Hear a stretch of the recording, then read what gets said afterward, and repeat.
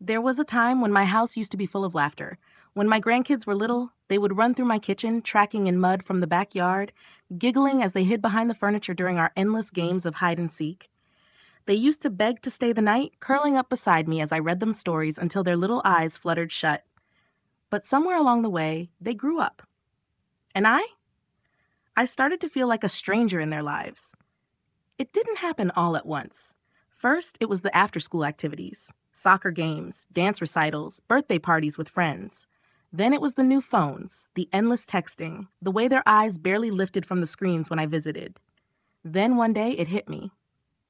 They had stopped coming over altogether. Left behind. I didn't blame them. My daughter Sarah always assured me it wasn't personal. "Mom, they're just busy," she'd say, brushing it off like it was nothing. Teenagers have their own lives. But it wasn't nothing to me. It was everything. I had spent years dreaming of what it would be like to be a grandmother. I had pictured family dinners, holiday traditions, long summers, where the grandkids would come stay with me just because they wanted to. Instead, I was met with empty chairs at my table. Every invitation I extended was met with, "Maybe next time, Grandma." And next time never came. It broke my heart.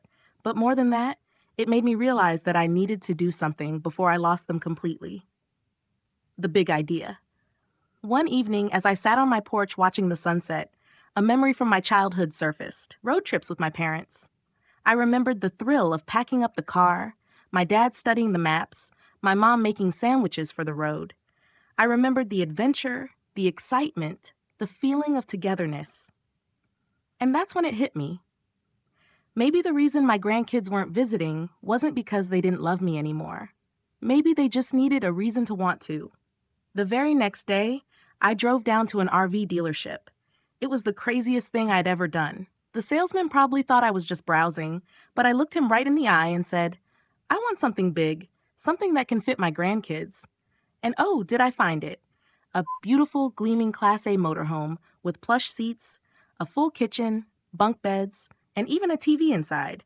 I ran my hands over the steering wheel, picturing it already: me, my grandkids, the open road. I signed the papers that very day, and then I sent a text to the family group chat: "Grandma just bought an RV. Who's up for the road trip of a lifetime?" For the first time in years, I saw my grandkids' names light up my phone. Wait, what? An RV? Like a real one? No way. Where are we going? I couldn't help but smile. I had their attention, and this was just the beginning. When I first sent that text about the RV, I didn't expect much. I figured my grandkids might laugh, maybe ask a few questions, and then go right back to their busy lives. But within minutes, my phone exploded with messages. "Wait, Grandma, you seriously bought an RV? Like a real one? Not a camper, but an actual house on wheels? Okay, this is kind of cool. Where are we going?" I could barely type fast enough to keep up. "Anywhere we want," I replied, "but only if you all come with me."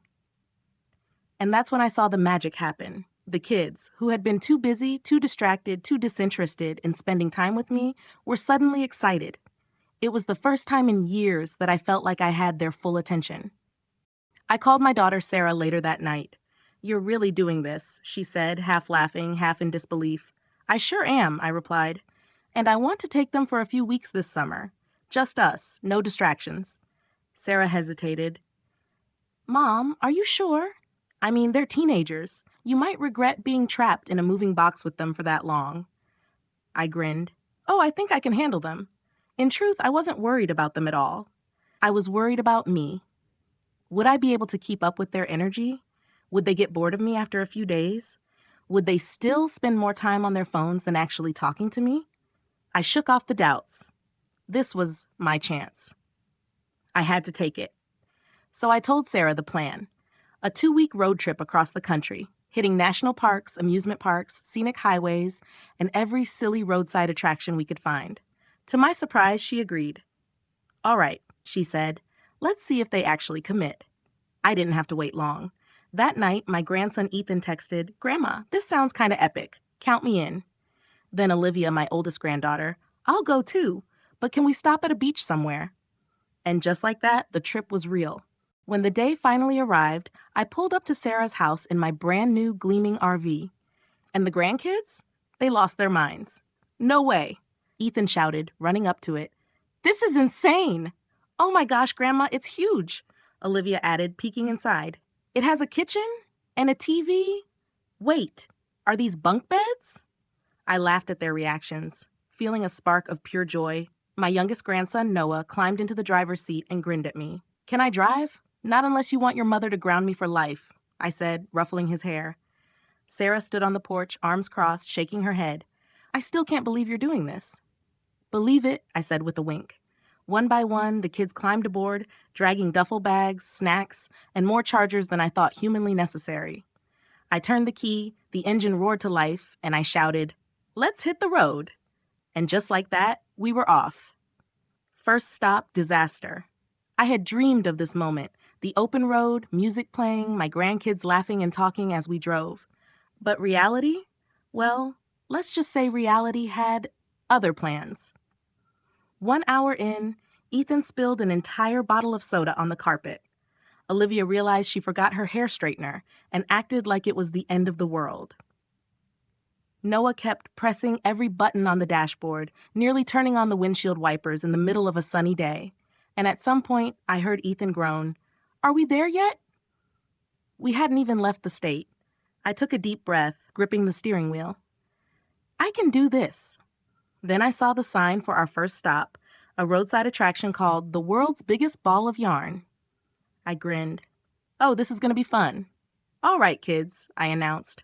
Who's ready for our first adventure? They groaned at first, but they had no idea what was coming. When I pulled into the parking lot of The World's Biggest Ball of Yarn, the reactions were exactly what I expected. Groans, eye rolls, dramatic sighs. Grandma, Olivia whined, peering out the window. This is so lame. Ethan leaned back in his seat. Who even cares about a giant ball of yarn? Noah, the youngest, stared at it in confusion. Why would anyone make this? Oh, come on, I said, hopping out of the RV. You mean to tell me you're not the least bit curious? They grumbled, but when I started walking toward the entrance, they followed. That was the rule of the road trip. If I picked a stop, we all had to get out, no complaints. The closer we got, the more intrigued they became. Ethan snickered. Okay, it is kind of weird looking. Olivia pulled out her phone. I guess I should take a pic for Instagram. Trapped on a road trip with my grandma? Send help. I playfully nudged her. Make sure you tag me in it. By the time we made it inside the small gift shop, the kids were actually engaged. Noah started asking the museum guide a million questions. Olivia and Ethan found ridiculous yarn-themed souvenirs, a neon-colored beanie and a t-shirt that said, "This trip is unraveling me." And when they realized there was a challenge to find the oldest strand of yarn buried inside the ball, suddenly it became a competition. Ethan and Olivia were digging through layers, arguing over who found the coolest piece. Noah kept trying to get a closer look, and just like that, they forgot they were too cool for this. They forgot they were on a trip with their grandma. They were just having fun.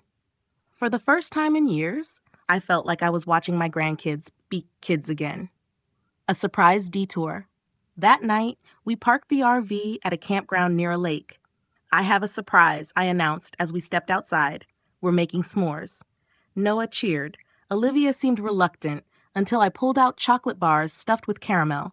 Then she was all in. We sat around the crackling fire, the night air crisp and cool. For a while, it was just quiet, the good kind. Then, out of nowhere, Ethan smirked.